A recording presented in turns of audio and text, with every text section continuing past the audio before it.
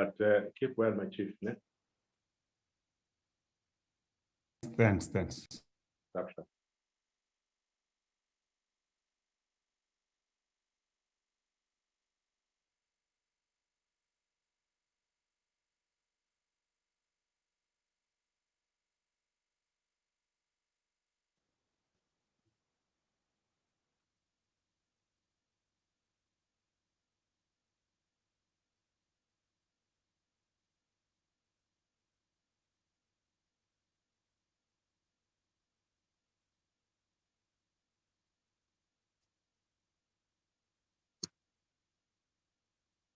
Yeah. That is.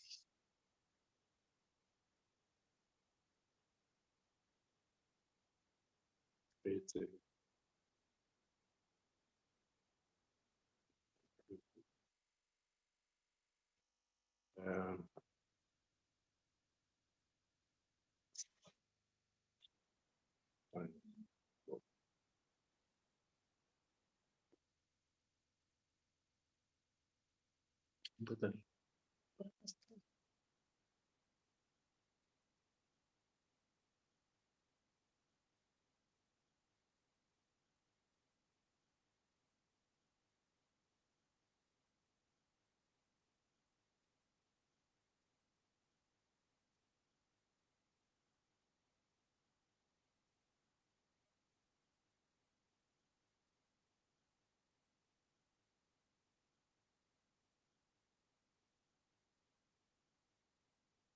Honorable members,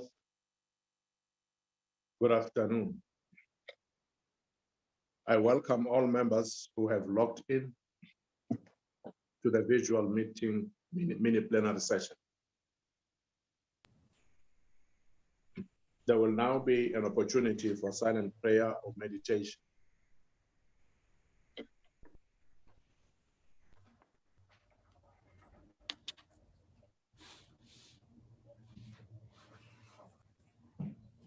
Thank you. Honorable members, before we proceed, I would like to remind you that the virtual mini plenary is deemed to be in the precinct of Parliament and constitute a meeting of the National Assembly for debating purposes only. In addition to the rules of virtual sittings, the rules of the National Assembly, including the rules of debate, apply. Members enjoy the same powers and privileges that apply in a sitting of the National Assembly. Members should equally note that anything said in the visual platform is deemed to have been said to the House and may be ruled upon. All members who have logged in shall be considered to be present and are requested to mute their microphones and only unmute when recognized to do so. This is because the mics are very sensitive and will pick up noise which might disturb the attention of other members. When recognized to speak, please unmute your microphone and connect your video. Members may make use of the icons on the bar at the bottom of their screens, which is an option that allows a member to put up his or her hand to raise points of order. The Secretariat will assist in alerting the chairperson to members requesting to speak. When using the visual system, members are urged to refrain or desist from unnecessary points of order or interjections. We shall now proceed to the order, which is debate on vote 33, Human Settlements Appropriation Bill. I now recognize the Honorable, the Minister of Human Settlements, Water and Sanitation. Chairperson, honorable members, Director General Changana, heads of provincial departments and other officials, chairpersons and members of boards and councils of human settlement entities, ladies and gentlemen, In our first tenure at housing, until the global financial crisis disrupted our strong economic growth trajectory, resulting in an ever more constrained fiscal resources, we had created a globally enviable momentum in providing housing to our people.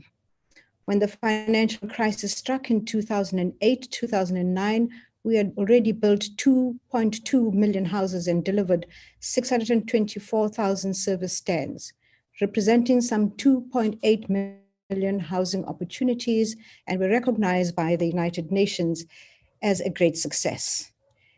In total, between 1994 and today, we've been able to deliver just more than 5 million subsidized housing and housing opportunities. We can safely say that no other country has delivered this number of houses freely. We're very proud of our achievements, very proud too to have been recognized by the United Nations as a world leader in this respect. This means that well over a third, or 35.1% of South African households have benefited from government's housing interventions. To give you a more graphic picture of what government has done and continues to do, 35.1% of our population of 60 million is equivalent to more than 21 million people. I need to emphasize this. We have assisted 21 million people in this country to have houses. Out of this, we have made sure that we provide housing and housing opportunities. This is an amazing feat for a technically young democracy such as ours. We regard ourselves as a world-class leader in our delivery, but here's a nub of our problem. We have the unfortunate position that those people who previously had lived by decree under the apartheid regime restricted to the rural areas. And now they're finding their way into migrating in droves to the cities in search of work and a better future, and so they should. So while we gloat about our successes, the thing that stands out for most people or anyone is the growing informality in our urban areas, which is estimated now to be about 2.2 million households and steadily rising.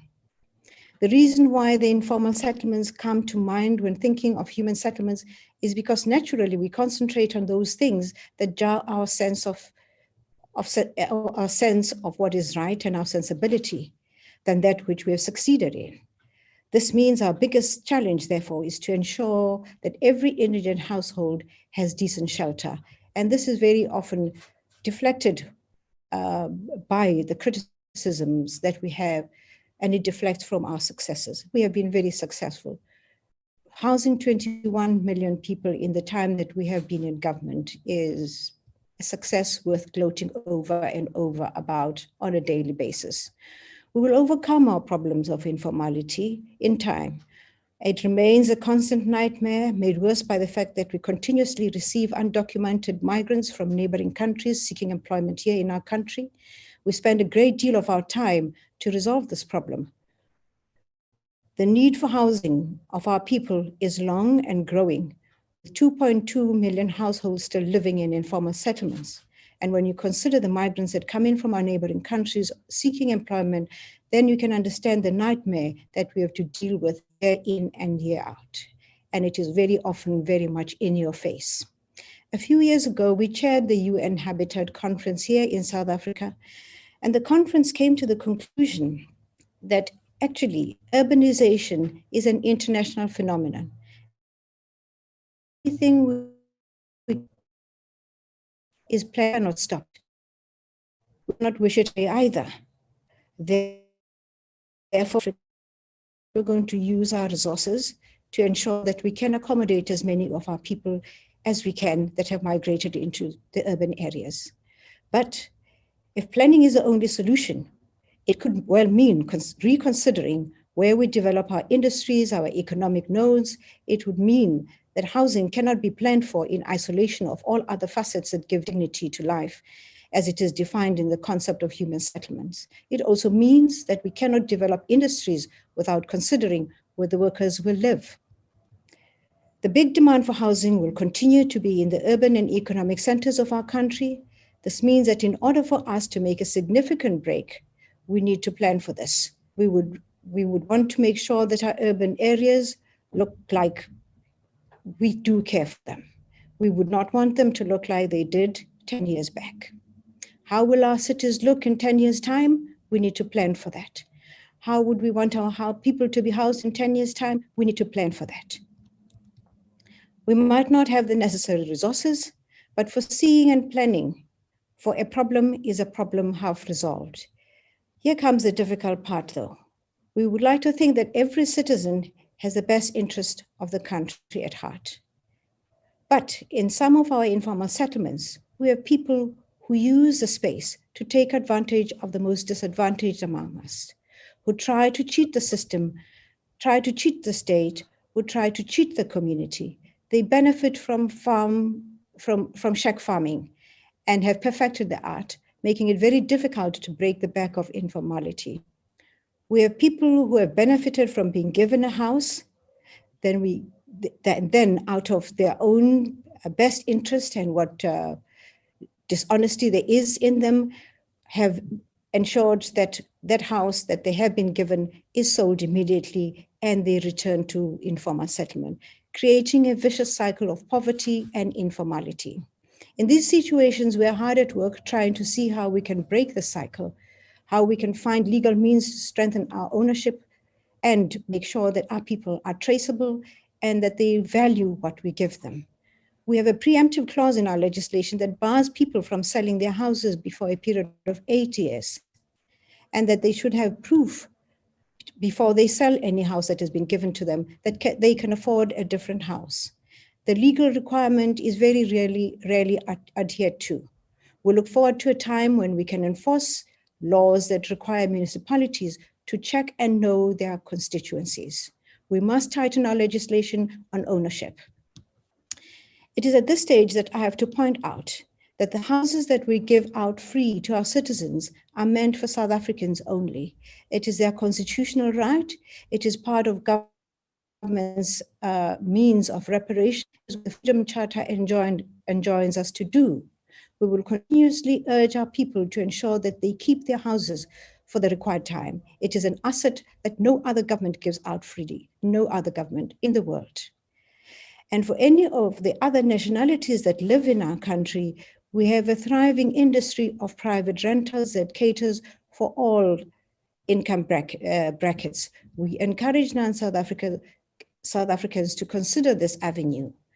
Our free products are for South Africans only and may not be sold to non-South Africans. This means we must provide greater numbers of rental stock where non-South Africans can rent. Now, when you consider the statistics South African results, two things are clear. One, our people are selling the assets we give them. Secondly, there is an explosion of informality in our urban areas. You don't need statistics. It is visible to all of us on a daily basis as we go about our business. Despite these gains, the need for housing is still large and growing. We need to ensure that those 2.2 million households, or roughly 12.5 million people in South Africa still living in informal dwellings, have decent shelter. This figure represents the challenge we have because not only are we building in line with our needs register, it means having to deal with the horrifying effect of an upwardly mobile target of informal settlements. The huge challenge we face makes our remarkable and celebrated delivery almost unnoticed. But for the optimists out there, like me, maybe many more others, more than 21 million of our people live in government subsidized houses. We should never lose sight of this because it is taxpayers' money invested in those who are less fortunate, and no country has such a record. The current need for gap housing is that one that we're now beginning to resolve. We would like to invite the private sector to join us and invest in us, especially in social accommodation. But I'm also happy to announce that the secondary layer of delivery has laid a solid foundation. The Human Settlements Development Bank has been established, and its role is to assist our first-time buyers and working class people to purchase their own houses. This program is called Finance-Linked Individual Subsidy Program, FLISP. And in one of his wittier moments, the Minister of Finance indicated that he himself did not know what FLISP was. And he urged us to put it simply. And he said, if you say to me, this is a help me buy a house scheme, I would understand it better. And we agree with him. So we have this FLISP program. We can't change the name because that is what it is recorded in our legislation. But what it means is we help you buy your own house, especially if you're a first-time buyer. We've launched this program through the Housing Bank and for persons earning between $3,500 and $22,000. Those persons qualified are urged to approach the bank, our bank, for loans or any bank. The type of house that we're able to finance through this program have the potential to change the face of our country, especially for all low-income earners. The bank will do this by mobilizing a wide range of funding and providing bonds for what we would normally have been an unbankable sector of our society. Last week, I was treated to the most amazing delivery of a FLIS housing project. It is called the Sky City Housing Development Project. It is a remarkable development, otherwise given to the unbankable sector. You'll find this place in Alberton, in Ekurhuleni. Please find it. You will be amazed at what it is that we're able to provide our people. It is a very exciting project for human settlements, and I'm extremely glad that the bank and Cosmopolitan Projects have been showcasing what is possible, and I thank them for this. We'll look forward towards the Housing Bank playing a central role in accelerating delivery of catalytic or mixed income housing projects, affordable rental stock, otherwise called social housing, and possibly student accommodation if the Minister of Higher Education allows us to do that in his space. The bank will therefore be the key and central funding institution for human settlements development sector and the market. By mobilizing a wide range of funding, including banking and non-banking funding sources, the bank will leverage grant funding from various fiscal grants allocated to us to attract other sources of funding. This will create the necessary funding scale, which will undertake these large projects that we hope to roll out. Government's financial resources have been more and more constrained, thus limiting the capacity for delivery. COVID, in particular, has worsened an already poor prognosis. In the 3 years preceding the COVID crisis, a cumulative reduction of some 14.6 billion has been cut from the capital budget for housing. We dread further inevitable reductions given the fiscal constraints that the government faces. For our part, however, we're making sure we deliver and open housing opportunities across the value chain. And in particular, we're determined to help create wealth by extending asset ownership to every South African, including removing the impediments of home ownership. This is a critical way to economic inclusion. People must own land, they must own their own homes. Having studied our successes and our setbacks, we have now concluded our new additional program, that of releasing land, putting infrastructure, and allowing our people to build their own houses. We believe that this policy shift is long overdue, and we have taken advantage of the processes of the land distribution to request that all urban state land should be released for social housing. This would allow working people to live near their places of work and be able to walk to work. It makes for inclusive societies, which is our ultimate goal. The land release program has been put in place by the department, and details thereof will be released in due course. The delivery of social housing is an instrument for affordable rental, and through 32 entities managing a total of 40,000 social housing units across 191 projects.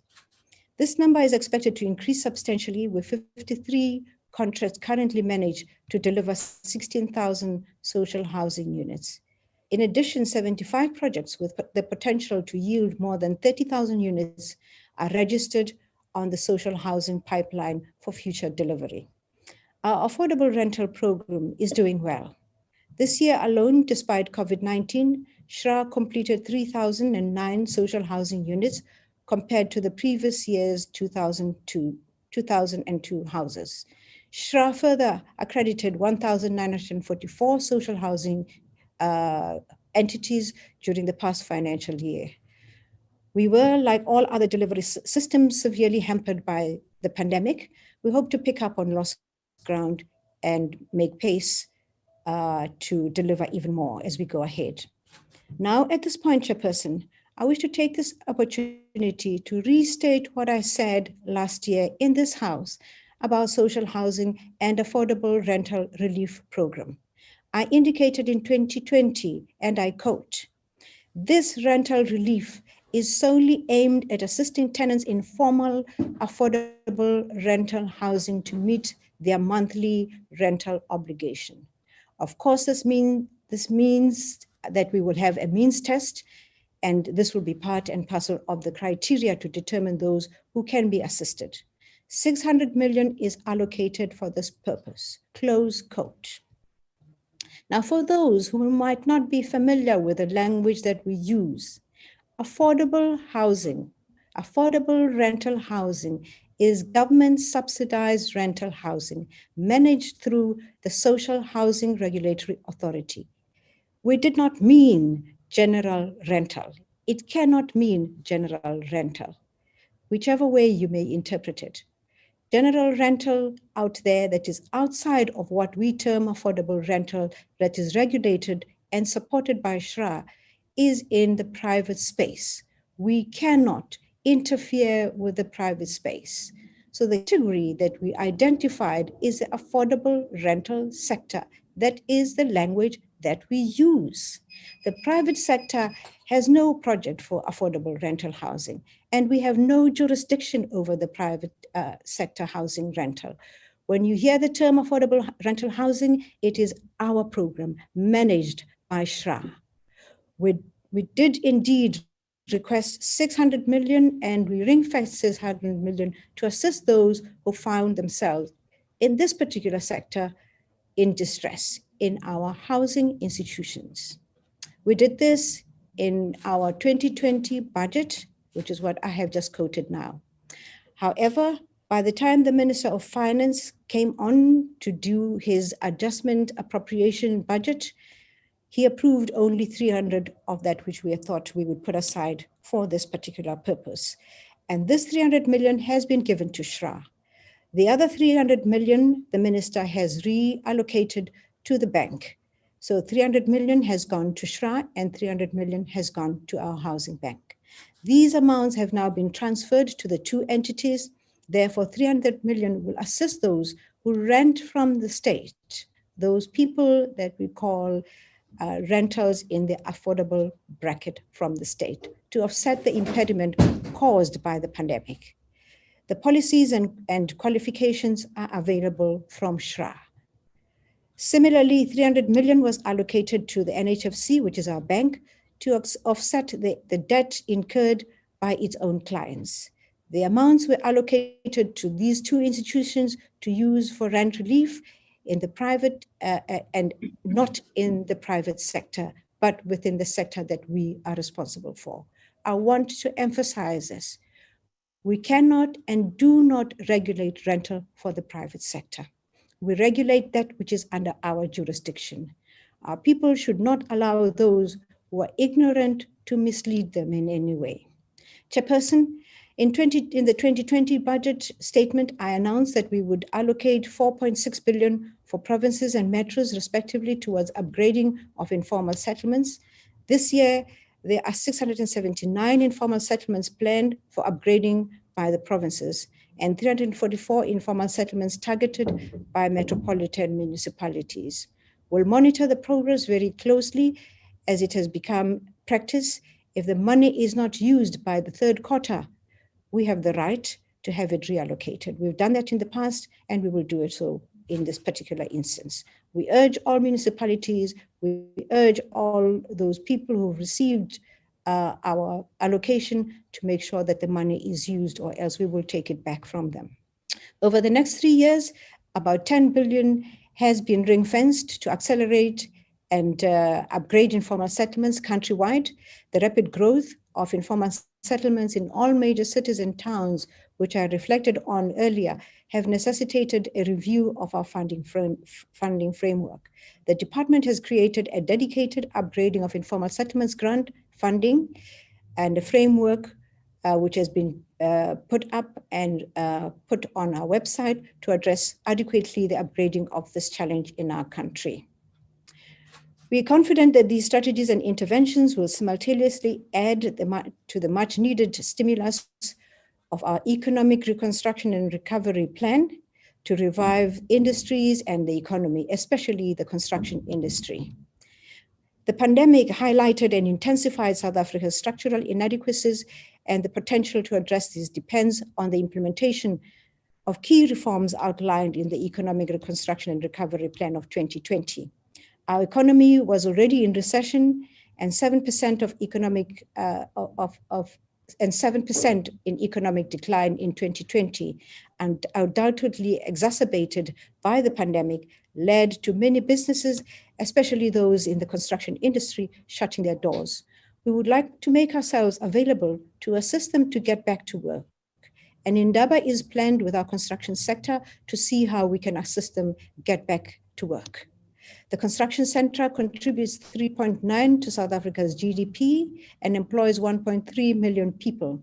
However, over the last year, this sector has experienced hardship as a result of severe disruptions. The pandemic plunged many human settlements projects across the country to a halt, and during these challenging times, we were compelled to reevaluate our contractual provisions and obligations, including incorporating health and safety measures to comply with the pandemic. Our primary objective remains the transformation of human settlements into livable, sustainable spaces through spatial targeting and consolidation of investment. The Department of Human Settlements resolved to refocus its program on 1, upgrading of informal settlements, 2, integrated residential development program, 3, significant increase in the affordable rental stock. The main strategy is to expedite the implementation of the programs by releasing service sites and support beneficiaries to build for themselves, utilizing a range of programs such as the PHP, which is the People's Housing Process, individual subsidies, which is FLISP, and the plan is to establish and enhance the existing housing support centers in order to focus on supporting matters related to real estate and housing construction. Targeted infrastructure investment is critical for economic growth, as well as contributing towards social protection and community development.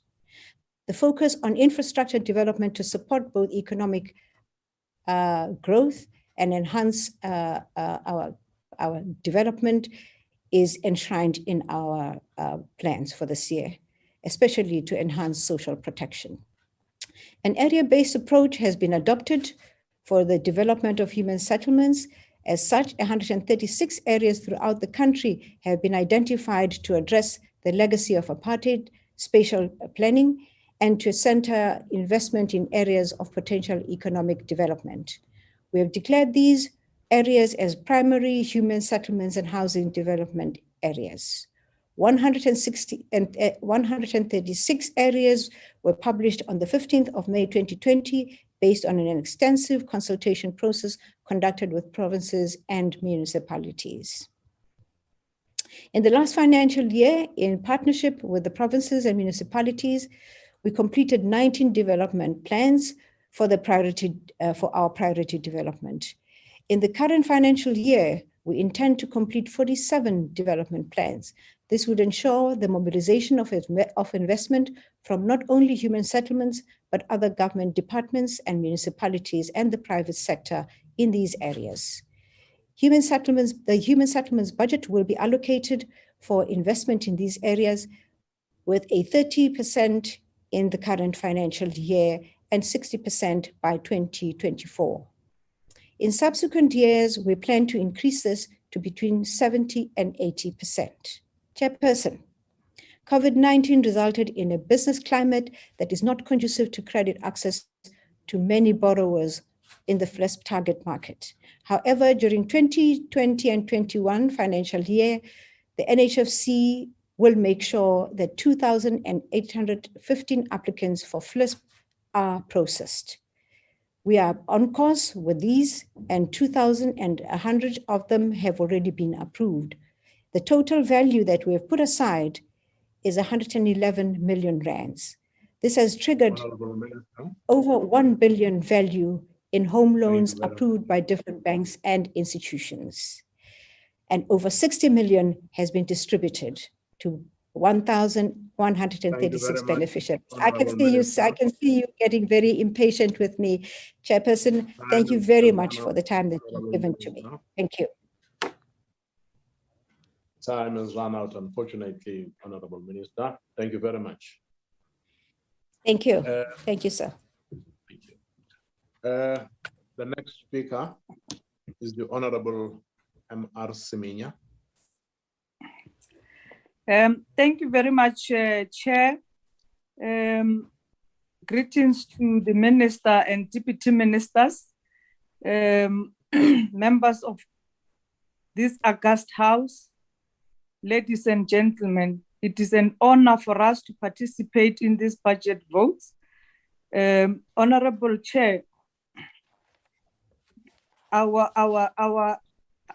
our national democratic revolution is not complete when poverty and unemployment and inequality still define the majority of our people.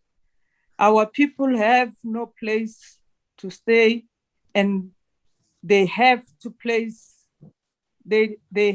travel long distance to work. Some of the clinics are still very far. And these may sound like a cliche, but it is a fact. Apartheid thrives on spatial segregation. Honorable Chair, the problem is compounded by the high unemployment rate, low economic growth, and the negative impact of COVID-19 in the dense areas, rapid urbanization, and unlawful occupation of land. It will take time to reverse the situation. The biggest human settlement development challenges in South Africa is the form and the location of land development and human settlement projects that do not often respond directly to government's commitment on spatial intent and transformation. However, the medium-term strategic framework 2019-2024 responds to the call as it operationalized Vision 2030 of the NDP.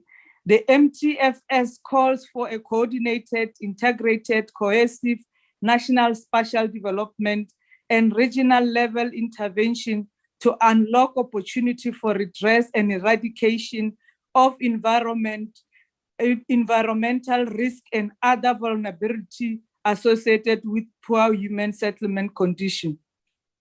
Honorable Chair, the SONA 2021 and the Economic Recovery, Reconstruction and Recovery Plan call for an integrated service and transformation in all places. The SONA 2021 announced a massive human settlement development across the country, such as human projects in Gauteng that would cater for more than 60,000 households.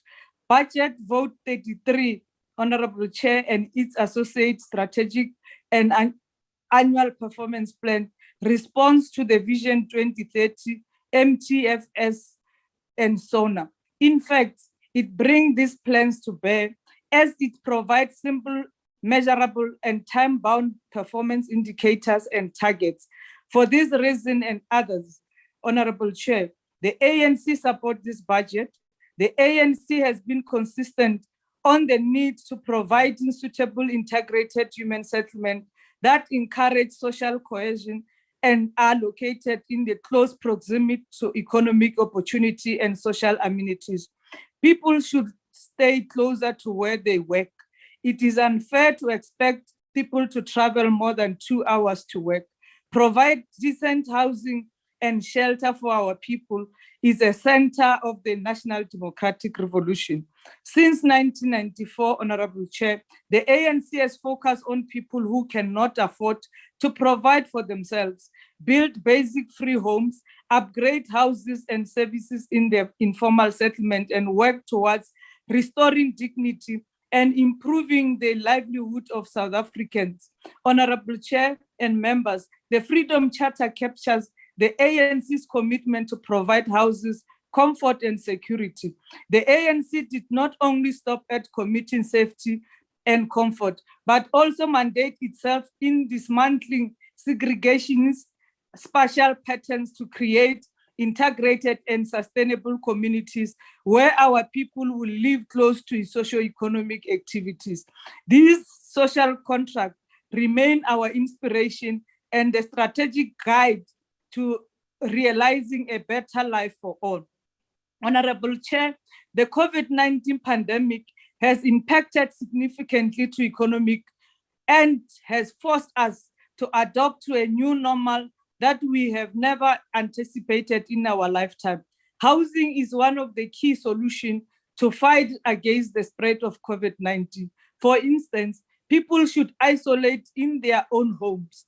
In this regard, we have witnessed a massive rollout of emergency housing across the country. Yes, they are not the Rolls Royce of housing, but they have necessary amenities such as water and sanitation, which are key in fighting against the spread of COVID-19. Honorable Chair, allow me to zoom in some of the key aspects of the budget vote 33. Our people would like to know how much is allocated for this budget and how it will improve their lives. Budget vote 33 seek to facilitate the creation of sustainable human settlement and the improvement of the household quality of life. It is worth mentioning that we are pleased to learn that the departments plan to coordinate and partner with provinces and municipalities on the upgrading of informal settlement and provision of affordable rental housing, amongst many other programs. This is evidence in the fact that around 97% of this budget vote will be dispersed through transfers, subsidies to provinces and municipalities and other entities. Honorable Chair and members, we appreciate the 1.2 billion increase that budget vote 33 received for the year under review, which brings to the total budget for human settlement of 31.6 billion. We commend the department for the renewed focus on upgrading of informal settlements. The introduction of the new established informal settlement upgrading partnership grants. These grants will go a long way in upgrading and formalizing informal settlement over the medium term. It's worth pointing out that the grants will deliver 180,000 stands with access to municipal services to our communities across the province and metros areas. Chair, we condemn the provinces that are using human settlement grants to fund compensation of employees.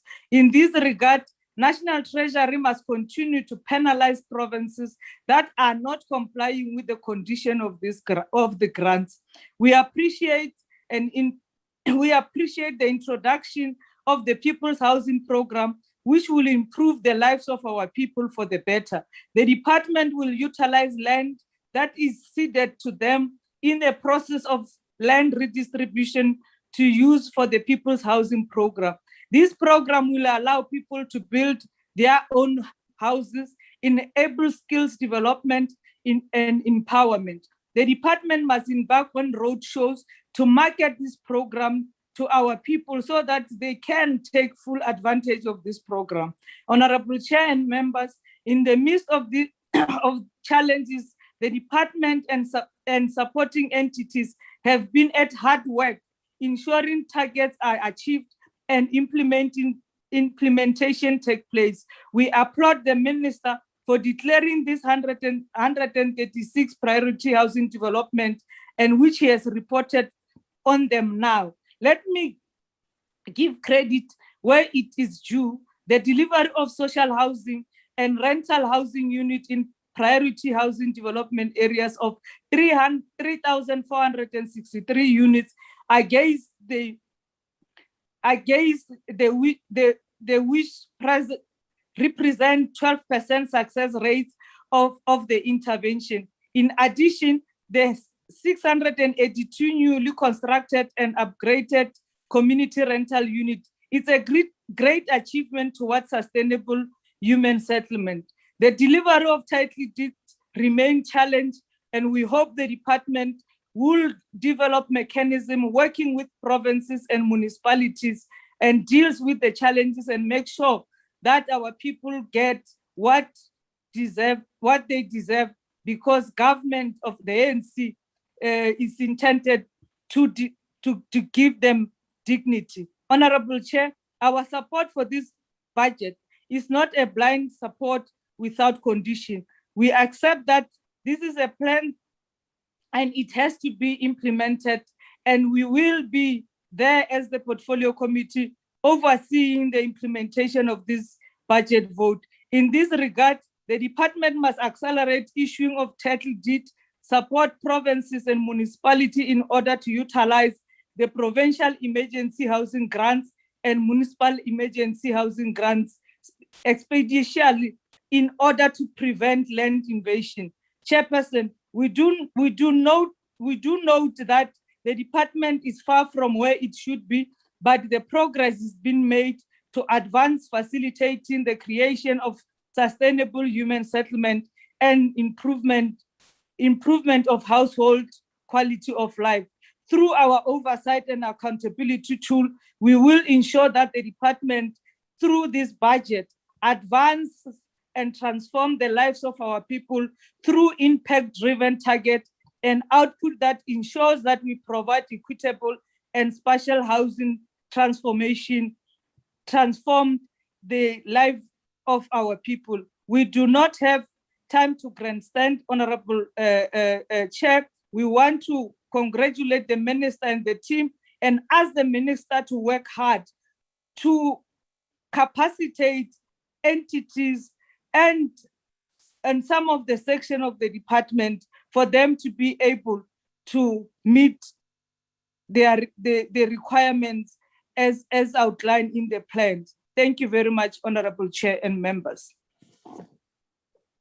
Thank you, Honorable Seminya. The next speaker from the DA, the Honorable Al Howard. Thank you, Chairperson. Every year at this time, members of this House are subjected to long soliloquies and endless lists of promises from incompetent and compromised ministers, while the reality on the ground sees South Africa sinking into an ever-deepening abyss of poverty, malnutrition, and despair. Whilst members of the ruling elite strut around in designer clothes, being ferried by VIP security in expensive German cars to Lekgotlas and summits, the reality of daily life for millions of South Africans becomes more and more horrifying. From the rubbish-lined streets of Makana, where raw sewage runs through the town, to the semi-constructed and then abandoned housing projects in Alfred and Zor, to the derelict, filthy wreck that now defines the eThekwini city centre.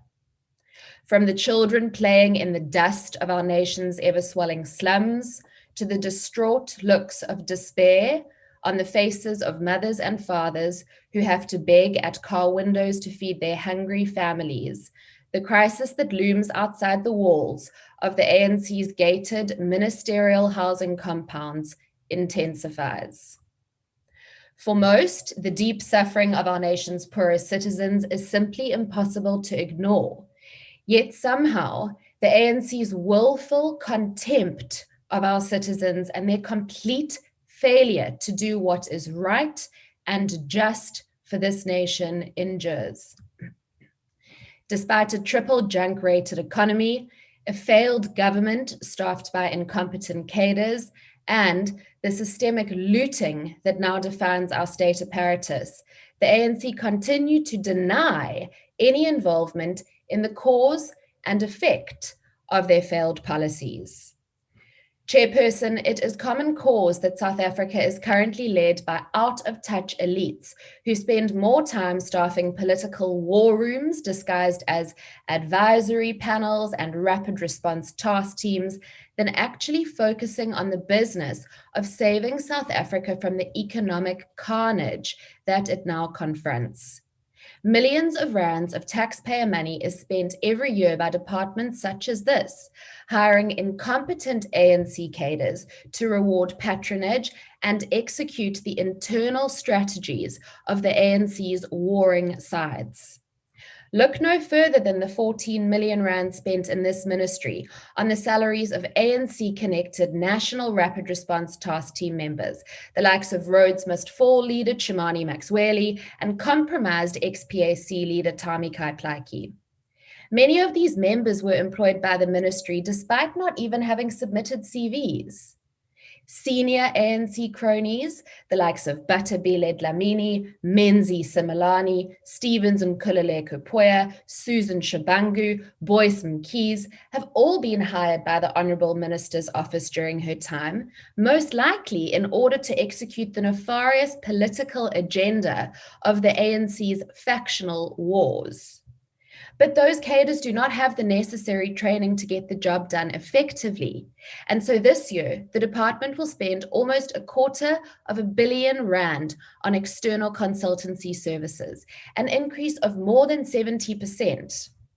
Adding salt to the gaping wound, while our national unemployment rate hovers at 42%, the ministry rallies to defend the expenditure of millions of rands on Cuban engineers, gaslighting the nation into believing that these deals were cut on the basis of skills transfers. All the while, our engineers sit at home. Honourable members, this situation will abound for as long as the ANC remains in power. And despite the list of more hollow promises for the upcoming year recited before the House today, the delivery targets promised during human settlement budget speeches in previous years have yet to be fulfilled. In the 2019-2020 financial year, more than 36,000 of the promised sustainable human settlements were not delivered. 106 informal settlements, which was more than half the annual target, were not assessed for feasibility. 183 informal settlement upgrading plans, again, more than half the annual target, were not developed. The planned upgrading of 17,300 households in informal settlements and more than 15,700 planned subsidy housing opportunities didn't materialize. Of the plan to deliver 4,000 private affordable rental units, more than 3,002 of these weren't delivered. Why? Because the National Housing Finance Corporation did not submit their business plan. Despite human settlements having a dedicated title deeds grant, which is now being scrapped, the department was also only able to deliver 28,000 title deeds in the 1920 financial year. Yet in the same financial year, in the Western Cape, the target of 7,000 was exceeded and more than 8,490 title deeds were delivered. This DA-led province has now also developed a smart IT tool to speed the process up even more. While COVID provided a useful smokescreen for the department's failures to hold the provincial governments and entities accountable, the reality is that the end of this financial year only briefly coincided with the onset of COVID. Honourable members, the Auditor General's findings in regards to this department have been even more concerning. According to the outcome of the last audited financial year, the only provincial department to have received an unqualified audit without findings was the Western Cape. No surprises there. Not a single entity obtained a clean audit. The Auditor General's first special report on government's financial handling of the COVID-19 crisis was scathing. At the onset of the crisis, the Honourable Minister established a Human Settlements Command Centre to manage the emergency de-densification, to which hundreds of millions of rands were reallocated. The AG's report, which analyzed this command center's work, made a number of blistering observations, including that 1, they did not ensure that provincial and local governments were deliberate in ensuring that residents in informal settlements were resettled in areas where social distancing could be observed. 2, the speed at which the implementation of the de-densification progress did not take the necessary urgency into account. 3, in some instances, the occupants of the completed TRUs were families whose names did not appear on the housing subsidy system. And the TRUs were occupied prior to the official handover by some people who were not the intended beneficiaries. When questioned on these findings in Portfolio Committee, the Director General of this department himself acknowledged that national housing policy had been widely flouted in the provision of emergency housing. Despite the litany of damning outcomes, Honourable Minister Sisulu's department was unable to give the Portfolio Committee any evidence of Section 65 consequence management for what appears to be patent fruitless and wasteful expenditure and irregular supply chain management processes. Chairperson, to highlight what these failures mean in reality, members will recall that in last year's budget speech, the Honourable Minister told the nation that the Department of Human Settlements was on site building 1,000 TRUs at Duncan Village. Yet almost a year later, of the 1,174 units announced for emergency delivery in this area, less than half have been completed. This is despite the village being home to more than 20,000 informal dwellings. In Gauteng, the deadline for 1,000 TRUs in Mamelodi was extended twice, and by November, less than a quarter of units had been completed, whilst not a single beneficiary had received keys.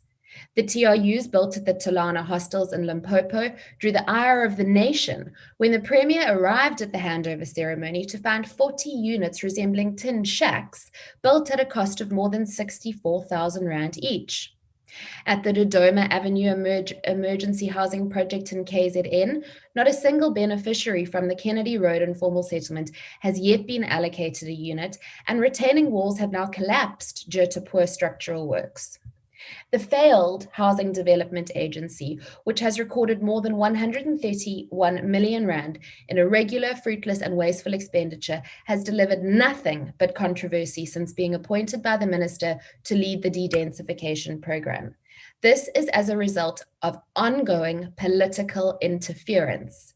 Chairperson, in May last year, shortly after millions of rands were redirected to this entity, Minister Sisulu personally appointed the CFO of the entity, a multi-millionaire who was reportedly embroiled in the Bathabile Dlamini-linked SASSA grant scandal. Shortly after instructing this appointment, the Honourable Minister then blocked the HDA Board's recommendation to appoint a suitably vetted candidate to the position of CEO, again, directly appointing a CEO to the post for 6 months. Following a report of the AG, a raid on the HDA's premises by the Hawks in December, and a number of tender-related PIA requests submitted by the DA, the Honourable Minister was then forced into a corner and, under the belated guise of accountability, fired the CFO and terminated the secondment of the CEO. Most interestingly, honourable members, in the Eastern Cape, a company trading as NJR Projects was awarded a contract by the HDA for the construction of the 85 million Rand Duncan Village housing project. None other than Edwin Sodi, who was arrested in September last year in connection with the Ace Magashule-linked Free State asbestos tender, was a registered director of the company at the time. The DA has referred this matter directly to the SIU. Chairperson, as a result of the mismanagement of millions of rands by the ANC and the ever-deepening economic crisis, the Human Settlements Department is now having to put measures in place to immediately downscale the delivery of houses. Provinces have been notified that housing projects planned for the next year will only be supported on the basis of limited conditions. The National Department has also instructed provinces to provide evidence of measures taken to downscale the delivery of units. Provinces and municipalities have already had to deal with a series of major budget cuts impeding their ability to meet the growing housing demand. The truth is that under the ANC's incompetent and kleptocratic leadership, South Africa has run out of money and it is out of options. Instead of right-sizing the civil service and privatizing SOEs, as every ratings agency has urged, the ANC government is retaining a bloated civil service and bailing out SOEs while making major cuts to critical frontline services. A government that takes money away from formal housing in order to bankroll vanity projects like SAA simply cannot claim to be acting in the best interests of our people. Honorable members, the ship is sinking. But thankfully, alongside the ANC, I thank you. Thank you very much, Honorable Powell. Honorable Armushala from the EFF, it's your turn. Thanks so much, Chairperson. We reject Budget Vote 33 on human settlement. Chairperson, one of the critical weaknesses of the department is the lack of sustained oversight over its entities, which as a result move on aimlessly, creating fertile grounds for looting of resources. Chairperson, more than 2 million people in this country are living in infested and flea-ridden informal settlements, and some in backyard rooms and shacks, 27 years after the dawn of democracy. For 27 years, this government has failed to solve the issue of apartheid spatial planning, which has caused a mismatch between location of housing and employment opportunities, which also contributes to and is a direct result of income inequality. As a result, 2/3 of South Africans rely on public transport to their workplaces every day. And public transport still imposes huge social and economic costs on poor households. Social housing is a nightmare on the lives of the majority of our African people who are being threatened every day of evictions due to the inability of paying their area rent payment. Minister, your department has committed to the people that those who are unable to pay their rentals during the COVID-19 pandemic outbreak, the department will take care of them through rental relief scheme. But nothing has happened up to so far. What is the cause of delay for the 600 million COVID-19 rent relief payments to beneficiaries in formal settlement under government provisions? The minister should undertake an assessment of the capabilities of entities undertaking work on its behalf. Minister, Communicare, a non-profit company based in Cape Town, historically stole social housing properties during the apartheid government. And to date, they are still in corrupt ownership of these social housing properties and land. Minister, this very same non-profit company has taken legal action through court to claim area rent that accumulated during COVID-19. Tenants were issued with rent interdicts and area summonses for the rent.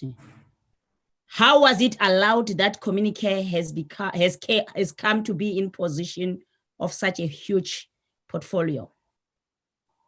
Not only that, Minister, you have also failed to lead any transformative programs in your portfolio. The Estate Agency Affairs Board, an entity in human settlement, regards the estate agency sector as the least transformed in the country. The numbers paint a picture of stubbornly white-dominated industry. Over 90% of the estate agents in this country are still white. When will your department work on transforming this sector to create a conducive environment for Black people to be drawn in the value chain and to grow into sustainable entities? Chairperson, the annual performance plan shows that this department has failed to reach some targets they have set themselves. Money is returned back to Treasury due to officials in the municipalities and provinces who lack capacity to take the money where it is needed. Catered deployment is the order of the day while our people are languishing in inhabitable informal settlements. This department is moving with a slow pace on securing land parcels for future housing development in the country. Minister, the annual performance plan also shows that the Department of Human Settlement is relying heavily on consulting firms across the board instead of building its own capacity to perform its mandate. This government is failing to make any significant impact on middle-income household housing needs.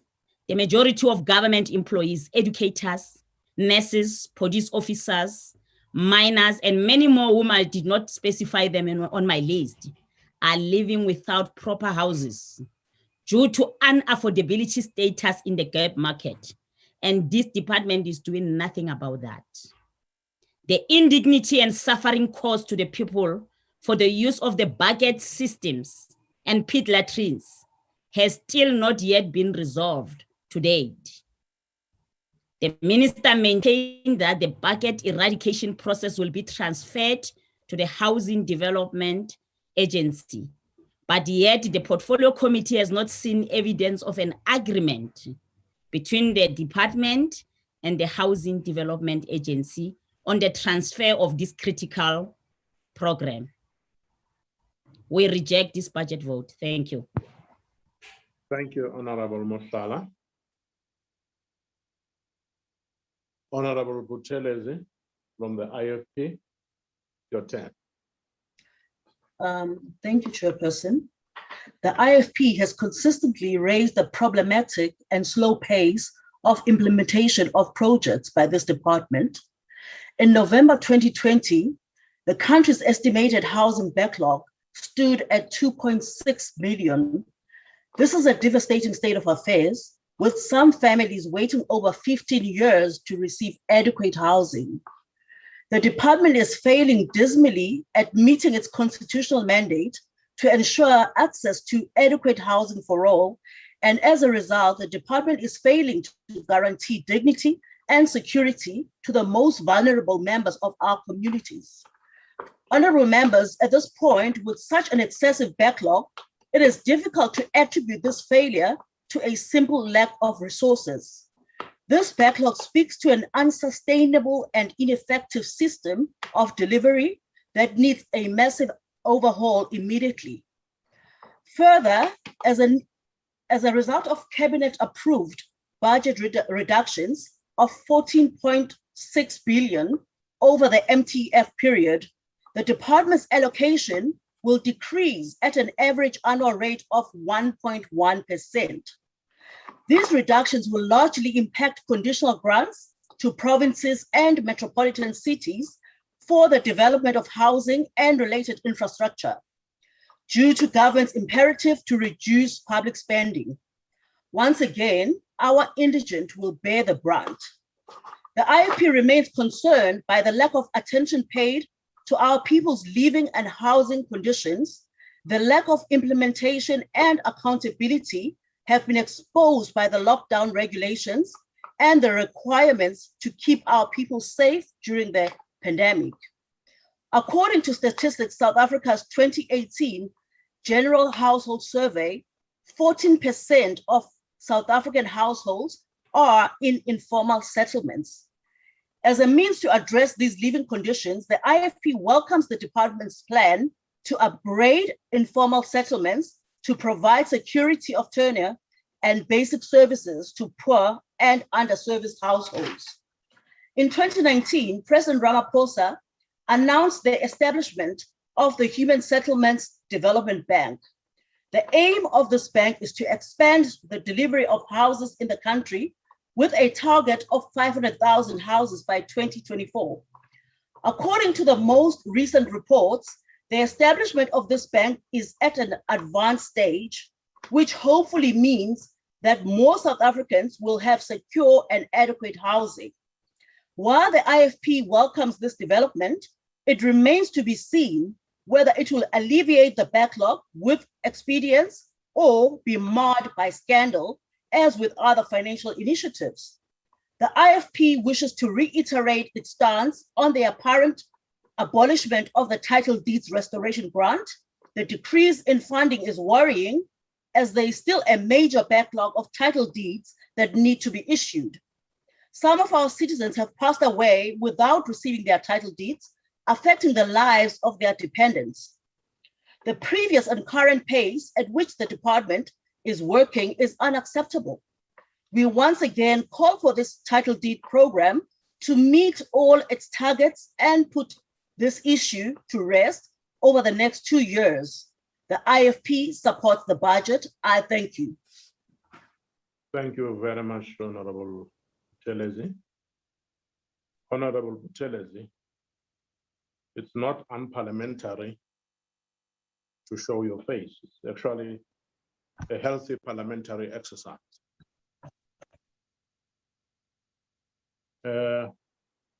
We now move to the FF Plus. The Honorable May. Thank you. Die bevolkingsaanwas in Suid-Afrika word net groter en groter. Daar is inwoners wat tot 10 jaar en langer wag vir hulle huise. Dit het dringend tyd geword dat die ANC-regering sterk standpunt inneem teen verskeie faktore wat bydra tot hierdie groter en groter wordende agterstand. Een van hulle is die bevolkingsaanwas in Suid-Afrika. In 2020 in China was die bevolkingsaanwas 0,3%. In Suid-Afrika was dit 1,28%. Dan kyk jy na die ekonomiese groei in China. Dit was 6,1%. In Suid-Afrika was die ekonomiese groei slegs 1,5%. Onder die swak ekonomiese groei kan geen land so vinnige groeiende bevolkingsaanwas regverdig nie. Wat is die antwoord? Ons moet hierdie boodskap verkondig aan alle mense in Suid-Afrika dat daar wel kleiner gesinne moet kom. Ek dink dit is baie belangrik. Dan 'n ander ding is die invloed van mense uit Afrika. Ek het gehoor wat die minister sê dat mense buite Suid-Afrika is nie geregtig op behuising nie. Maar een ding moet ons onthou, dat baie van hierdie mense word Suid-Afrikaanse burgers. Ja, en die meeste van hulle kom na Suid-Afrika omdat hulle nie die nodige werk het in ander dele van Afrika nie, of hulle het nie genoeg kos nie en nog minder behuising. Vra jy byvoorbeeld vir enige Zimbabwe, waarom is jy in Suid-Afrika as die antwoord? Zimbabwe kan ons nie van huise, werk of kos voorsien nie. Die vraag in die ANC-regering is dit regverdig teenoor die mense van Suid-Afrika? Werkloosheid en hongersnood neem by ons by die dag toe en word hulle van huise ontneem. Ons besef egter dat COVID-19 ook 'n rol gespeel het met die vertraging van bou van huise, maar dit alleen is nie die rede nie. Wat is die oplossing? Die Vryheidsfront Plus het in 2020 'n beroep op die minister van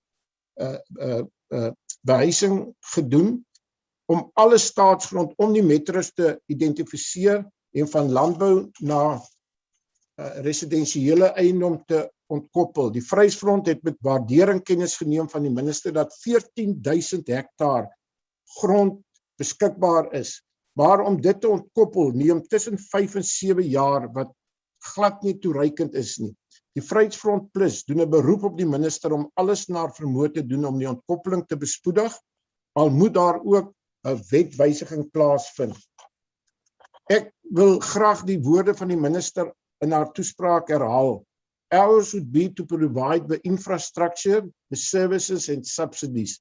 Ek stem 100% saam, maar ongelukkig is die probleem dat die grond nie vinnig genoeg geïdentifiseer word nie, infrastruktuur bestaan nie en mense gaan beset grond onwettig, wat aanleiding gee tot groot onsekerheid by die inwoners van Suid-Afrika. Indien grond geïdentifiseer is, kan stadsbeplanners voortgaan om grond beskikbaar te stel vir ontwikkeling. Sodoende kan onwettige besettings verhoed word.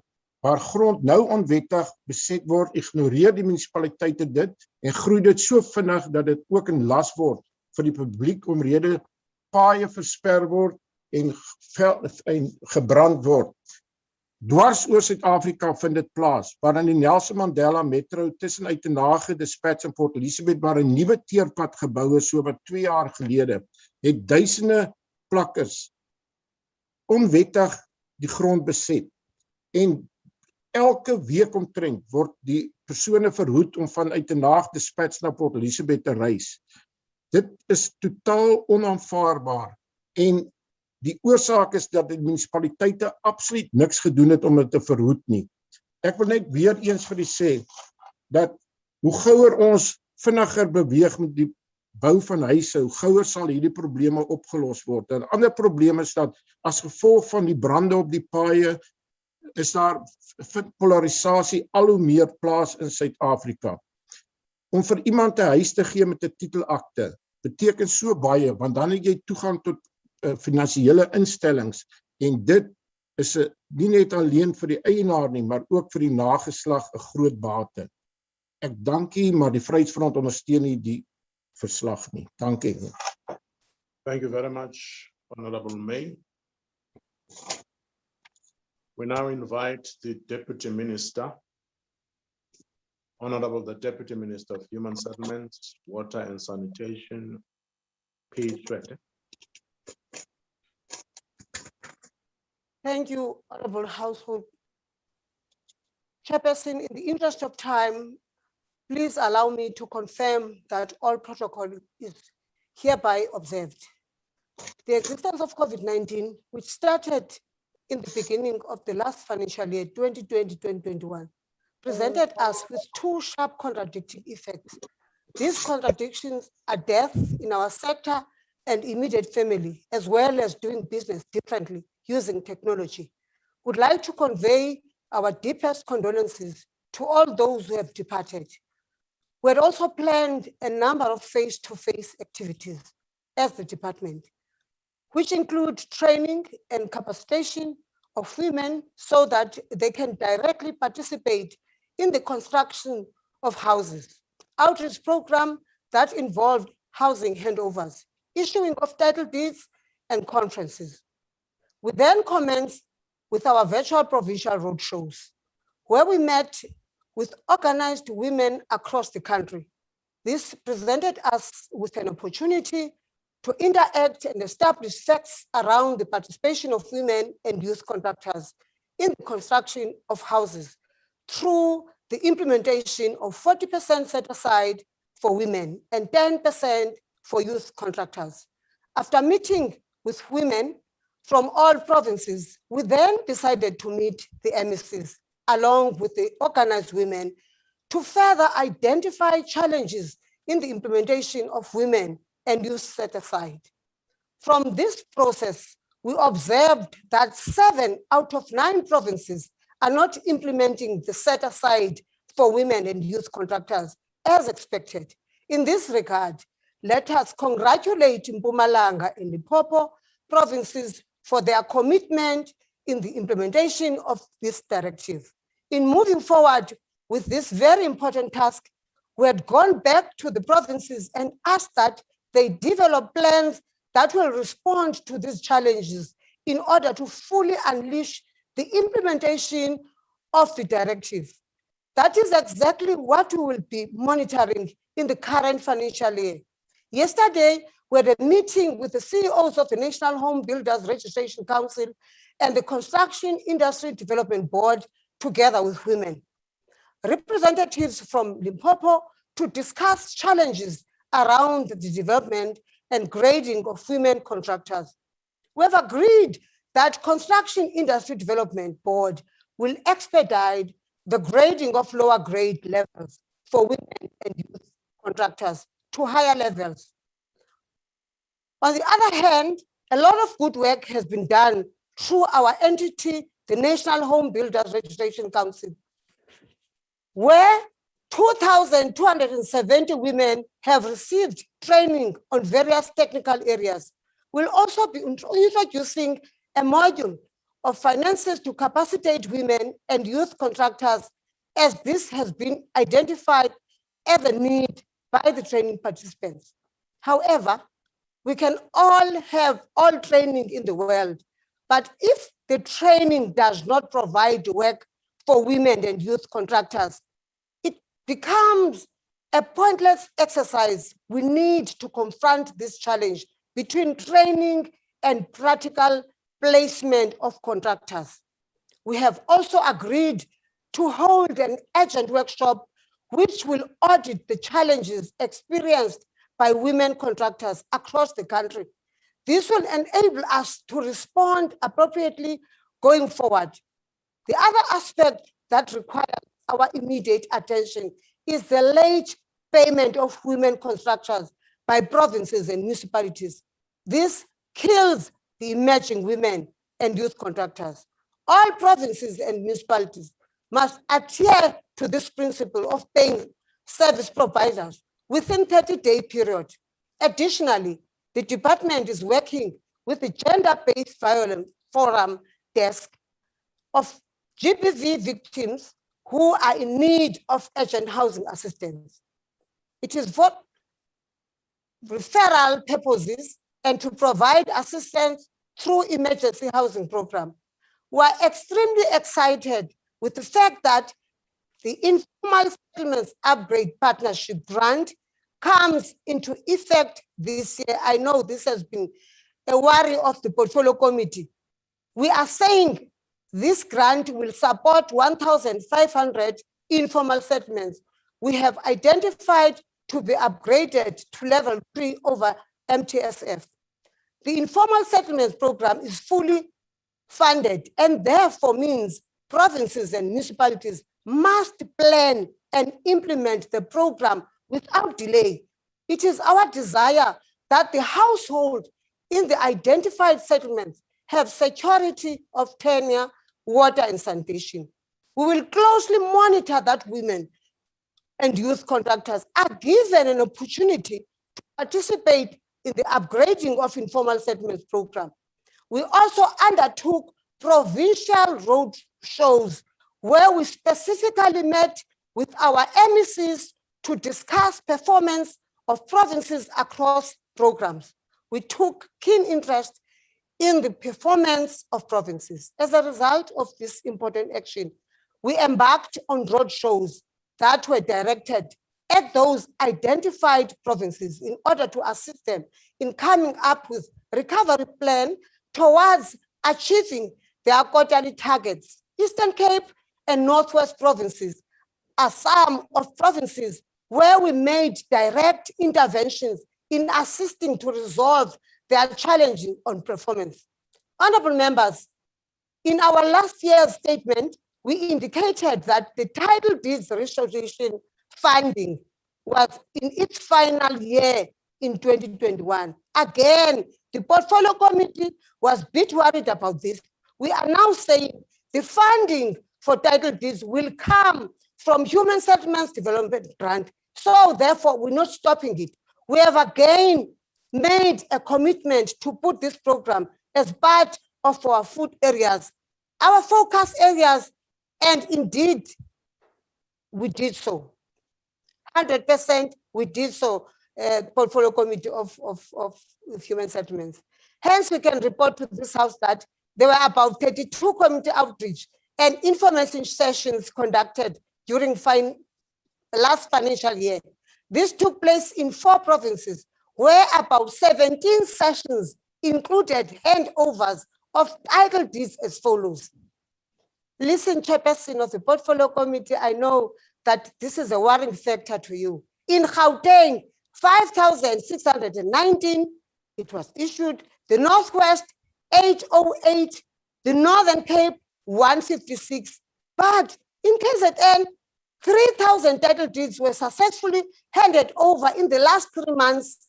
Would like to congratulate KZN on showing us that this can be done speedily. So therefore, other provinces must also do the same. Having said so, the slow pace in the registration and issuing of title deeds to our housing beneficiaries is of great concern to us. We have since started a conversation in the MINMEC to secure the necessary turnaround strategy. We are on record stating reasons for challenges around the provision of houses for our military veterans. The Deputy Minister of the Department of Military Veterans and I have had numerous engagements on this matter, and some proposals have been put on the table for consideration. Also, with the establishment of the task team of military veterans, that is led by Deputy President David Mabuza, we are hopeful that all matters related to military veterans will find expression. Honorable members, under the leadership of Minister Sisulu, we are prioritizing destitute families for provision of houses. We have participated in many programs aimed at housing the destitute families, which include the elderly, people living with disabilities, child-headed families. Only last Friday, we had the pressure of being invited by the MEC of Human Settlements in the Eastern Cape, Ms. Nongceba Konsiwe, where we handed over houses to 2 elderly, 91 and 94 years old, and the child-headed families situated in Amahlati local municipality. Honorable members, as the deployee and political champion of Central Karoo District in the Western Cape, I had numerous visits to the Beaufort West local municipality, where we have been exposed to real-life challenges that require our immediate attention. The DG Mbulelo Changane has already met with all accounting officers from the province and the municipality to draw up a plan for intervention. Siyaqhuba, asimanga. In March this year, we have done something very progressive, honorable members, where we initiated a program that involved deputy ministers from different departments on a visit to communities of Coffee Bay and Thank you very much. Tafaloashe. Thank you very much, Honorable Deputy Minister. I would have loved to. Thank you very much. Thank you. Thank you very much, Chairperson. Honorable members, the next speaker is the Honorable K.R.J. Mishwe from ACDP. I would request the Honorable Lesuma to take over the reins. Thank you, House Chairperson. The vision of the Department of Human Settlements is noble. It is a nation housed in sustainable human settlements and improved quality of household life, and the ACDP fully agrees with this. We welcome the focus on upgrading informal settlements and affordable housing and rental programs, as well as the department's stated promotion of security of tenure. In order to achieve the 2030 NDP goals of transforming our human settlements into equitable and efficient spaces that are close to workplaces, social facilities, and essential infrastructure, the Department of Housing and its entities need capable leaders and proper financial management. The new budget, that is 31.5 billion rands in 2021/22, which is up by 1.2 billion rands from the last financial year, is most welcome. Most of the increase will go to Program 3 that will be dealing with informal settlements. The ACDP will watch with great interest to see how many and which shack dwellers would benefit from this increase, as many empty promises have been made since the dawn of democracy. We will also bear in mind the promise made by the President during SONA this year of homes for 68,000 Gauteng households. I wonder if the minister is able to give us a progress update of how many, if any, of the 68,000 Gauteng households the president promised have at least have a foundation in place. We know the desperate and appalling conditions that many residents of Alexandra Township live under. The precious people of Alexandra deserve answers to what happened to the 1.4 billion rands of taxpayers' money that was allocated for the Alexandra Renewal Project. This money was supposed to be used to develop the township and build houses for residents who are living in very unhygienic conditions. We know that there has been allegations for a number of years that most of the 1.4 billion rands has gone missing with little or nothing to show for it and nothing has unfortunately been done about it. Most people who know about this ARP, Alexander program, are very disappointed that Treasury has not demanded full accountability for the missing funds. Even though the minister told us this. Honorable Meshu, your time is up. Thank you very much. UDM.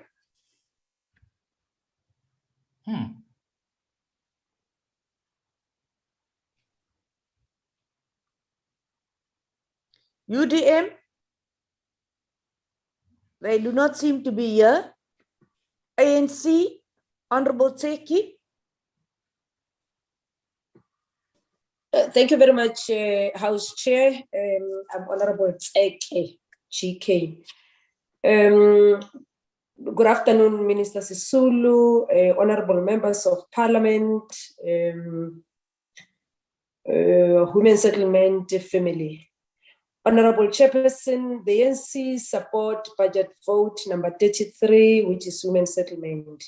Indeed, it has been a challenging year ever since the tabling of the 2020 budget spending, and the priorities have changed significantly due to the advent and the spread of COVID-19 pandemic.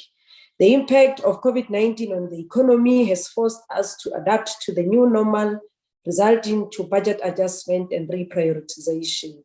Honorable members, the ANC will not be deterred in doing its work of that of providing basic services to our people.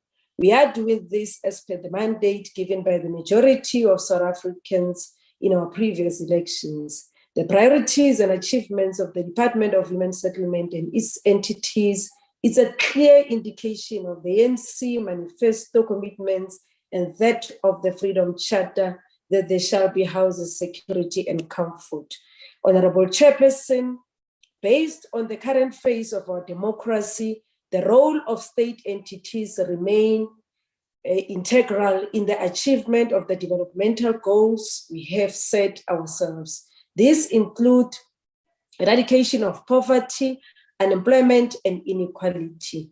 In the human settlement sector, we have 6 entities, and each of them is expected to play a role in ensuring the MTSF goals are achieved. Whilst acknowledging the work done by these entities of the department in supporting the MTSF goals and outcomes, there are areas that require improvement, and this includes governance, the use of funds, and enforcing transformation goals. Honorable members, in the recent past, we have approved the Property Practitioners Bill and are keen to ensure that the minister promulgates the regulations which will give effect to the Property Practitioners Act. We expect that the Property Practitioners Regulatory Authority will ensure that much needed and urgent transformation in the property sector occurs. It is given that access to property and the accumulation of property plays an important transformation role in poverty eradication and inequality. In addition, broadening the participation of Black South Africans in the sector will also contribute to promoting access of women and youth in the sector, as well as impacting on levels of unemployment of Black graduates qualified in the built environment. We note the steps that the Social Housing Regulatory Authority has taken to ensure that the consolidated capital grant allocated to SHRA is effectively used and allocated for the construction of affordable rental housing. It is a concern that SHRA has in the recent past not fully utilized and expanded the consolidated capital grants. The development of affordable rental housing is a key program in the MTSF. It allows for the densification of our towns and cities and ensures that people begin their ascent in the housing ladder. Honorable Chairperson, we note with excitement and anticipation the fact that the minister and the department has begun the process of establishing the Human Settlement Development Bank. As Parliament, the establishment of this bank is essential in improving the access of household, communities, developers, and contractors to finance and to support the programs of the department. The lack of access to funding other than that of government remains a constraint in upscaling delivery. It is also important to emphasize that we must ensure that the funds we provide as Parliament and government is leveraged with the private sector. It must be noted that resolving our housing and human settlement delivery challenges is a joint effort between government, finance institutions, developers, and the community. Honorable Chairperson, another key role of the Human Settlement Development Bank and now the National Housing Finance Corporation is the management and support in the delivery of the finance-linked individual subsidies. I think the minister has spoken about this. The current weakness is ingeniously approving the FLIPS subsidies does a disservice to the impact that the program can have, and the department is requested to address this matter with the Human Settlement Development Bank. We also note that the department has, in the process of amending the housing consumer protection measures with the specific aim to improving the functioning of the work of the National Home Builders Registration Council. As we continue with our building and construction programs, it is essential that we have adequate measures to protect all the stakeholders, more importantly, consumers. Honorable Chair, the Community Schemes Ombud Service is an entity that has an important role to play in the sector. And in the year ahead, we need to request measures to improve the governance and upkeep of sectional title schemes, especially those for fully subsidized units. This is particular in relation to education, training, and support to the body corporates. Honorable members, we note the efforts of the minister and the department to improve the governance, the regulations, and compliance of all entities within the Department of Human Settlement. This includes eradication on all forms of malfeasance. As a portfolio committee, we have noted with concerns the ongoing poor audit outcomes in the Housing Development Agency, that's the HDA. During this course of this financial year, it has been expected that we will pay special oversight attention to ensuring that the HDA not only improve its governance, but its programs and projects delivery objectives. The HDA has an important role in the current human settlement delivery chain, be it in provinces and in municipalities, and must now meet those expectations. Let us work together to ensure that everyone has an equal opportunity to access quality housing in our country. The ANC supports this budget vote. Thank you very much, Honorable Member. Honorable August Good. Honorable Chairperson, 27 years ago after our liberation from apartheid, the state has built and given away millions of fully subsidized homes. This is truly an achievement, but despite all this housing delivery, we are still not keeping pace with the needs of expanding urban populations. And we have not used the opportunity to integrate our communities. We have failed to unstitch the Group Areas Act. Wherever you go in South Africa, you can't escape the poisonous relationship between space and race.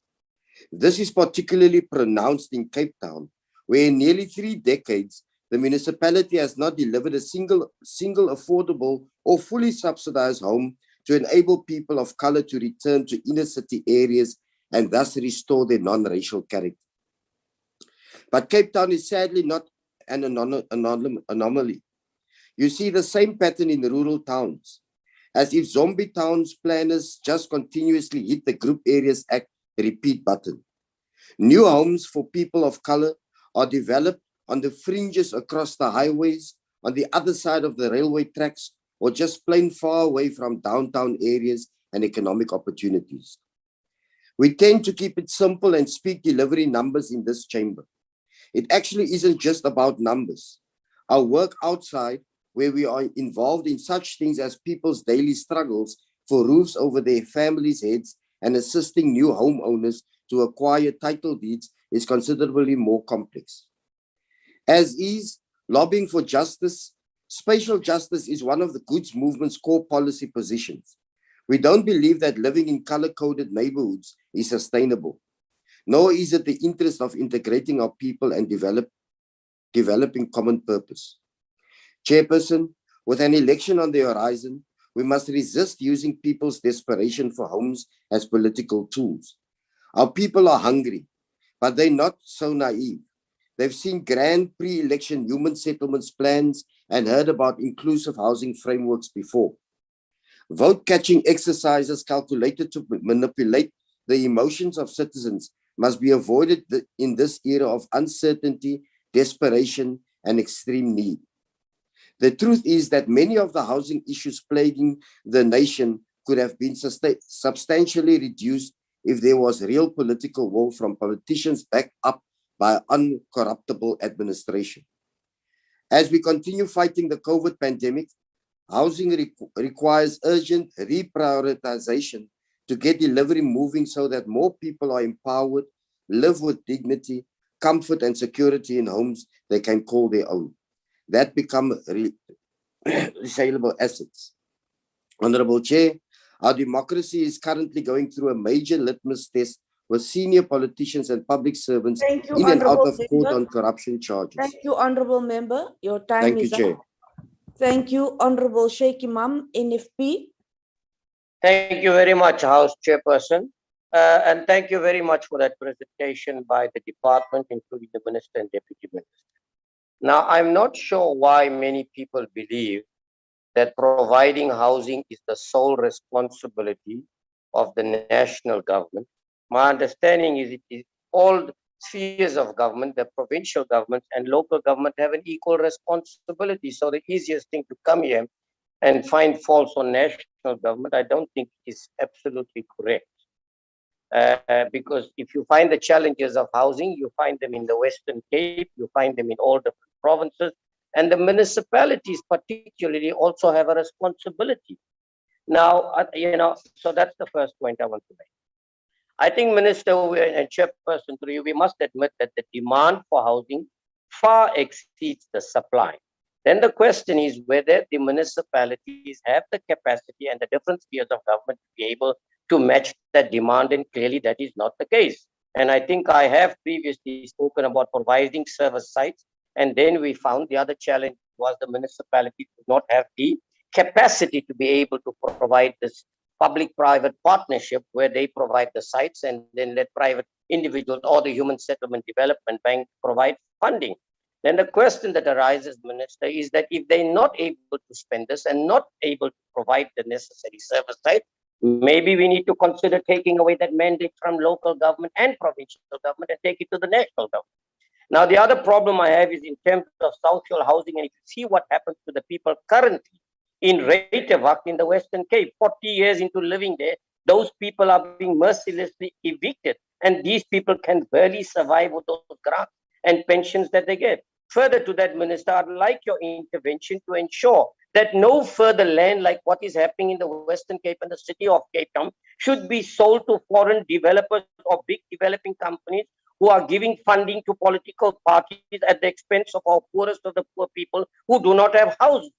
So I think there needs to be some restrictions put on there. I also like you to deal with the issue of eviction and farm owners, where we could make it a win-win situation together with the municipalities where these farms come from, so that the farm owners could provide some through the beneficiation process, be able to, and the municipality providing service sites, farm owners contributing, so when these people retire, they can actually have houses as well. If you look at the homeless on the streets, it's increasing considerably. That we must. But then the other thing I'd like you to intervene on, Minister, is the issue of a very transparent database for those people on the waiting list. Because time and time again, we find that people are jumping the queue and getting houses, and it also depends on which political party you belong to. Now, these are some of the challenges our people are constantly facing. And I know that the department has got immense challenges in terms of providing. Member. Thank you, Honorable Member. Your time. National Freedom Party will support this budget vote. Thank you very much. Thank you very much, Honorable Member. AIC. If none, PAC. If none, ANC, Honorable Mashego. Thank you, Chairperson. Honorable Chairperson, we pledge our solidarity with the people of Palestine and call for an end to the bombardment of Gaza by Israel. Honorable Mashego, may I please interrupt you? I'll give you your time. Could you just readjust your video? We cannot see you.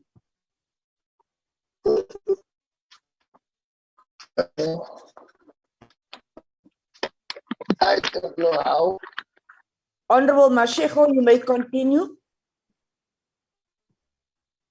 Honorable Chairperson, and call for an end to the bombardment of Gaza by Israel. We call for a two-state solution based on the fourth zone and the system borders. Honorable Mashego, I'm again interrupting you. I'll give you your time back. You are having problems with your connectivity. Could you please now switch off your video cam so that maybe we could hear you better? Honorable Mashego, switch off your video.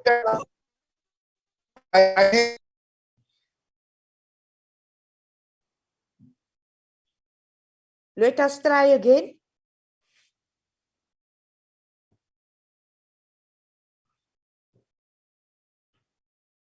Honorable Mashego.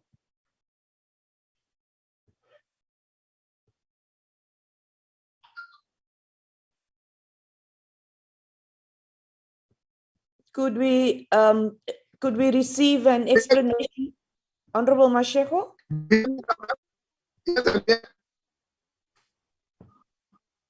I'm here, ma'am. Yes, you can continue. Okay.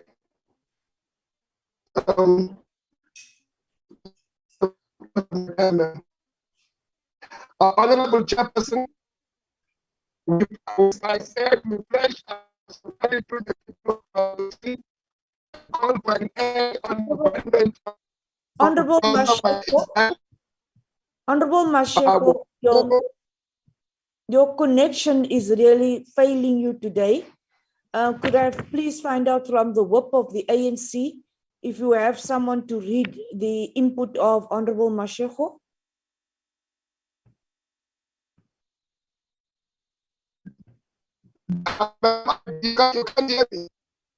Your connection is very bad.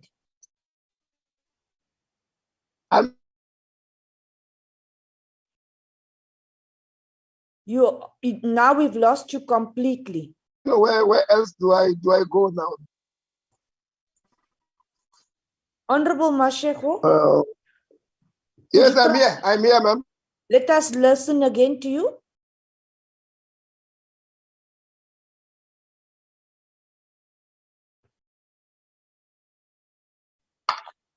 What must I try now? You could. Ma'am, I'm trying my best. Can you hear me? Yes, we can hear you better now. You can start again.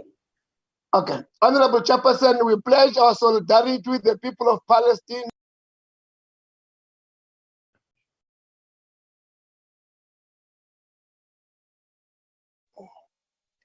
On the bombardment of Gaza by Israel. We call for the two-state solution based on the 4th June 1967 borders to bring about peace in the land. Honorable Chair, the African National Congress supports the budget vote 2021-2022 financial year of the National Department of Human Settlement and its entities.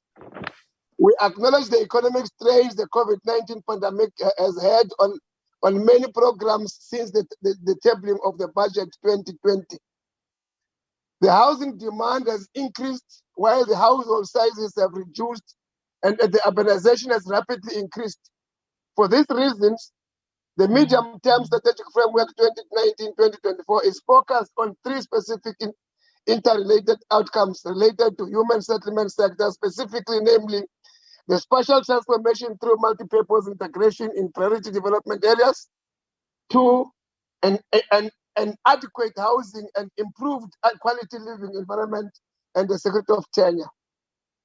The Department of Human Settlement and its supporting entities have revised their strategic plans and annual performance plans to ensure that the targets are aligned and reflect the medium-term strategic framework 2019-2024 and overriding priorities of the financial year 2021-2022. The African National Congress applauds the Department of Human Settlement in its cohesive leadership in ensuring that the lives of the people of South Africa is transformed and indicated in the ANC manifesto commitment on building sustainable human settlement, help transform the spatial legacy of apartheid and build a more inclusive society and the response to the priorities as set out in the SONA 2021. We welcome the department focus on the medium term will be to transform and defeating the COVID-19 pandemic and accelerate economic recovery, implement economic reforms, and create sustainable jobs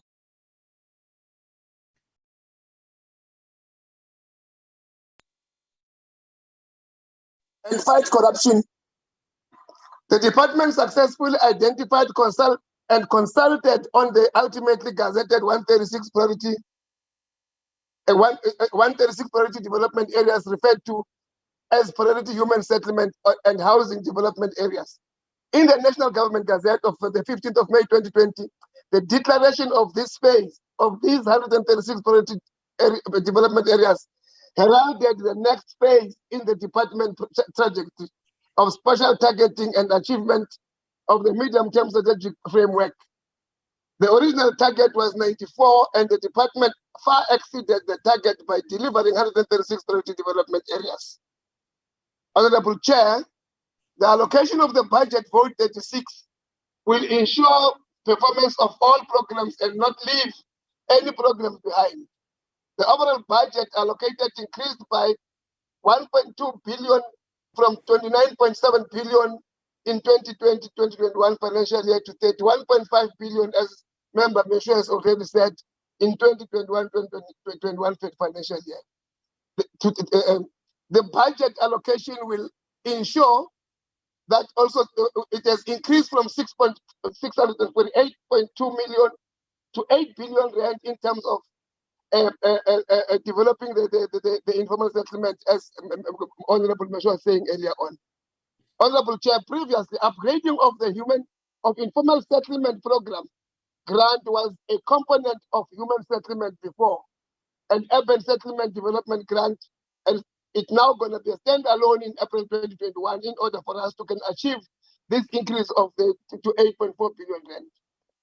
It is for this reason that the ANC welcomes the Department of Human Settlement Development District Development Model, the DDM, which is a government-wide integrated district-based approach aimed at addressing the service delivery challenges, improving localization and job creation. The ANC wishes to commend the department together with the supporting entities, provincial and local government, in working together in an integrated system for the purposes of this service delivery. The ANC notes the efforts of the minister to improve governance, regulations, and compliance of all entities. This includes eradication of all forms of malfeasance. We note, however, the steps that the Social Housing Regulatory Authority has taken to ensure that the consolidated capital grant allocated to the SRA is efficiently used and allocated for the construction of affordable rental housing. It is a concern, though, that the SRA has in the recent past not fully utilized and expanded the consolidated capital grant, the development of affordable rental housing in a key program in the MTSF. It allows for the densification of our towns and cities and ensure that people begin their ascent in the housing ladder.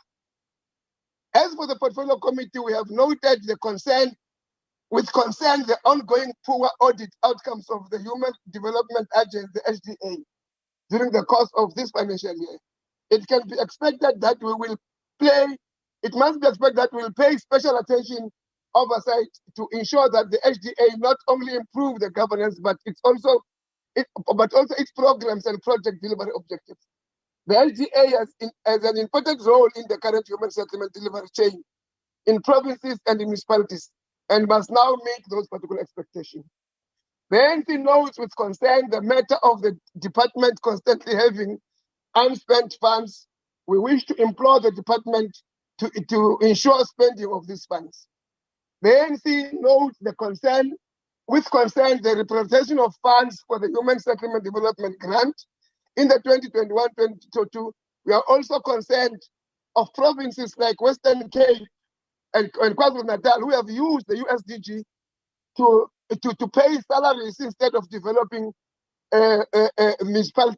townships that have got farm and dilapidating infrastructure, but they use those particular funds to pay salaries and want to get the consequence management from the department as to what do they do about those particular two provinces that claims to be clear on matters of expenditure. The ANC is also concerned that there was poor expenditure in the title deeds program in the previous financial year, despite that there be a huge backlog in the issue of this title deed. We have heard the Deputy Minister, the program that she had, but we are still raising these concerns because the title deeds are something that gives dignity to our people. The ANC wishes to congratulate the Department of the project readiness metrics implemented in 9 provinces as spoken about. We must say, Chair, from the ANC point of view, that look, we hear what the Member Powell is saying. She is really, really blinded by color, that she does not care that the USDG that is to develop our township in Western Cape, where the DA is leading, that they take their money to pay salaries because to them, black life does not matter. But as long as white people benefit, but she's very proud of that. You can even hear from the input by Member May that in their view, white people must always be superior than black people, and therefore it does not matter for as long as whites are benefiting better than blacks to have it to do. The ANC support this budget and we believe that this budget will deliver better life for our people. Thank you, Chairperson. Thank you, Honorable Member. Honorable Minister.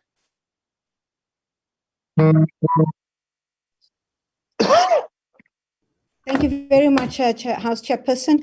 House Chairperson, I'd like to thank honorable members from the ANC. I'd like to thank Honorable Member Sheikh Imam and the representative of the IFP and the ACGP for their inputs. They were very productive. The rest is something else. I'd like to convey to the member of the DA a caution to her that the worst performing province insofar as informal settlements is this one, where she is. There has been in Maspumelele in Taiwan and other areas. We had a tragedy in Vuk'uzenzele where 4 young boys died. She was nowhere to be seen. She just is a grandstanding, empty representative of nothing, absolutely nothing. And anything that she has to say now is just a waste of our time. Chairperson, we have lost a number of people. Chairperson, point of order, please. In the COVID period, and we would Honorable like to, Minister, there's a point of order. As long as it doesn't take my time. Chairperson, point of order. Rule 82, reference to a member in respectful terms. Please, the Honourable Minister, in the House and in the mini plenary session, must refer to one and another in respectful terms. And we wanted to please retract what she just said. Please. Allow me to continue. I'll consider that. She has not referred to anybody. Honourable Minister. Thank you very much. Chairperson, you must rule on my point of order, Chairperson. Chairperson, I said I would interrupting the minister till you. But you are out of order. You are out of order too. Listen to the chair. But Chairperson, then rule on that. Honourable Father, Could you wait for the minister to apologize, please? Chairperson, You may I will continue, consider Honorable that. Minister. Thank you very much. Despite the many challenges that we may have, Chairperson, Chairperson, on a must point of order. emphasize and what anybody Chairperson, the know is minister the cannot fact that say she no will country consider. has ever delivered Chairperson. freely what we have Chairperson, delivered for point our of people. order. Nobody. We even delivered on Honorable behalf Minister. of Honorable Minister. Yes, sir. Yes, ma'am. Honorable Minister, apologize and continue, please. I'm not aware that there is anything to apologize for. He would need to put it down. What is it that I need to apologize for? I said I would consider that. We have we have many sessions. I'll come back to that. Yeah, You no. Honorable Faber, I will consider this. I've ruled that the minister continues. Honorable Faber, if you continue interrupting the minister, I will block you from the platform. You'll be offloaded. Could you please continue, Honorable Minister? Chairperson, as a chairperson, you must rule, and I've asked you on a ruling. Honorable Faber, I have ruled that the minister can continue. Thank you. Thank you very much, Honorable Chairperson. I want to say that we cannot deny the fact that despite many challenges that we have, no other country in the world, no other country has delivered as many houses as we have freely to the poorest of the poor. And what amazes me is the matter that was raised by the Imam to indicate that actually housing delivery starts at municipal level, goes up to provincial level, and finally we oversee all of that. The Western Cape is the worst deliverer in the area of housing. And here we have people grandstanding on something that they themselves have not been able to deliver. We have had tragedies in this province where we went together with the Minister of Social Development and together with my staff to all of these tragedies in Masipumalele, in Taiwan, in Vuk'uzenzele. She was nowhere to be seen. She comes here, grandstands on something that actually is meaningless to the lives of our people. The highest number of informal settlements is here in the Western Cape. That's where she should be putting her attention, she should be taking her attention and putting all her efforts, instead of coming here and being very derogatory about my staff. Chairperson, I'd like to thank the Deputy Minister. I enjoy working with her. It's a pleasure working with her. I'd like to thank the DG and the DDG in my office, the department, and I would like to thank the staff that has supported me, especially the staff in my office. And I want to pay tribute to all of those people that we have lost in the environment of human settlement through the COVID pandemic. Chairperson, thank you very much for the time. And I hope that we will have another opportunity with the Portfolio Committee to challenge the honorable member of the DA on the scandalous things she has been saying here about the people who work under my command. She has absolutely no right to make those Honorable. kind. We thank you, Minister. We thank you. Your time is up. Thank you, honorable members, for participating in the debate. Thank you, Minister, Deputy Minister. Thank you, House Chairperson. The debate has been concluded. The House is now adjourned. Thank you. Thank you. Long live the chair.